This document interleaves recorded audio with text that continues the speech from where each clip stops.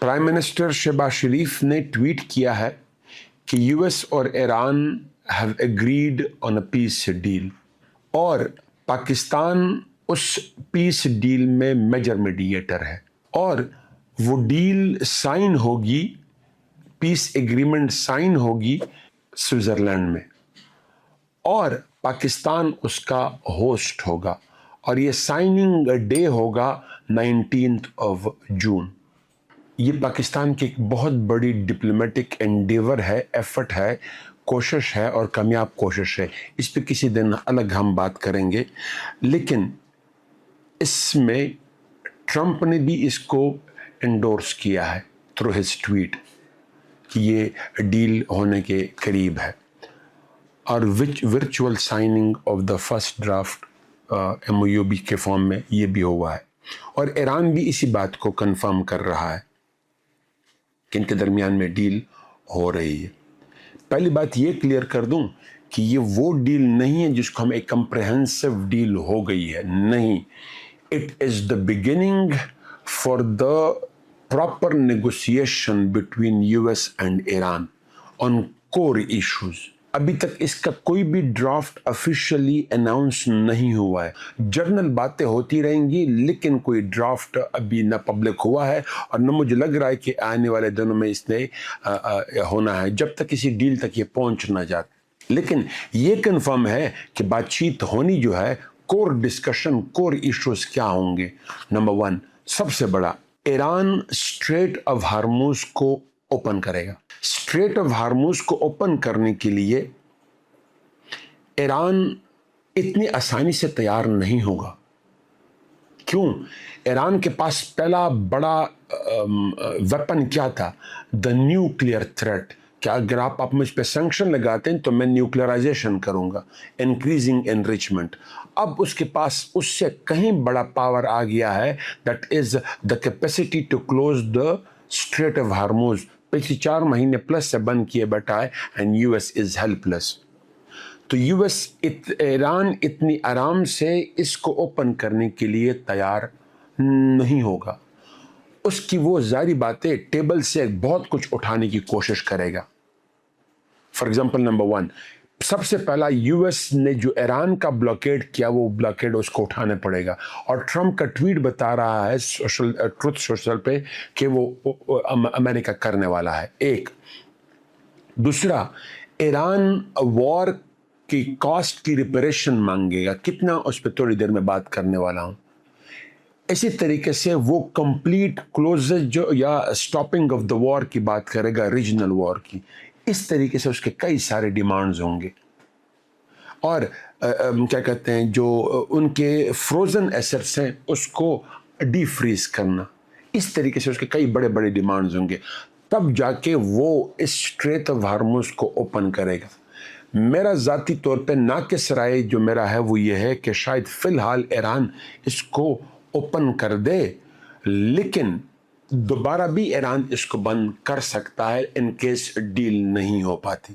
Point number 2, Iran demand कर रहा है कि the end of war does not only mean end of war with Iran और attacking Iran और Iran attacks on the Middle East or Iran attacks on US bases or Israel.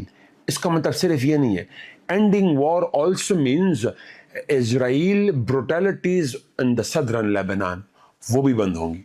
Foreign minister of Iran को coat कर रहा हूं। तो इस पूरे war को रोकने के लिए क्या इजराइल तैयार होगा, स्पेशली इन लेबनान? ये आने वाले दिनों में हमने देखना है। और मुझे इस बात का डर है कि ईरान की डिमांड को इजराइल शायद ना माने और US इजराइल यहाँ पे कंट्रडिक्शन में नजर आ रहे हैं। ट्रंप को सूट करता है अ पीस डील और उस पीस डील में उसने ईरान की बातें माननी है, कई सारी बातें माननी है। उनमें से एक बात ये, और ये बात इजराइल को सूट नहीं करती। तो आने वाले दिनों में हमने ये देखना है कि ट्रंप प्रिवेल करता है या नेतन्याहू प्रिवेल करता है। यानी ट्रंप प्रिवेल्स ऑन नेतन्याहू और Netanyahu prevails on Trump. It is to be seen in the days to come. Number 3, Iran enrichment issue पे, यूरेनियम के इशू पे उसको एग्री करना पड़ेगा। किस तरीके से? डिमांड ऑफ यूएस क्या है? ईरान के पास जो 440 kg plus minus enriched uranium पड़ा हुआ है, अब 60% प्लस एनरिच्ड यूरेनियम है, वो पड़ा हुआ है, वो हवाले करेगा। अब वो हवाले क्या यूएस के करता है, यूरोप के करता है, रशिया के करता है, पाकिस्तान, ये तो डिसाइड होना बाकी है। क्या ईरान इसको हवाले करेगा कि नहीं, ये भी अभी डिसाइड होना बाकी है, क्योंकि ईरान का पहले स्टांस ये था कि वो हवाले नहीं करेगा, बल्कि इसकी जो एनरिचमेंट ज़्यादा हुई है उसको डाउनग्रेड करेगा। तो ये डिसाइड होना बाकी है कि ईरान इसको खुद डाउनग्रेड करता है या ये इसके हवाले करता है।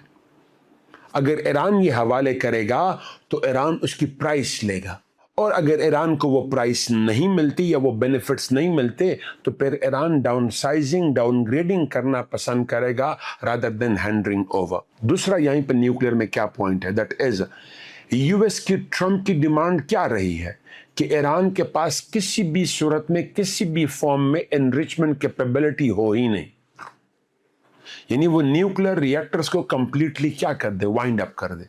मेरे नाक़िस राय के मुताबिक ईरान इस बात पे किसी भी सूरत में तैयार नहीं होगा, या let me rephrase my statement, it would be difficult for Iran to accept such a demand.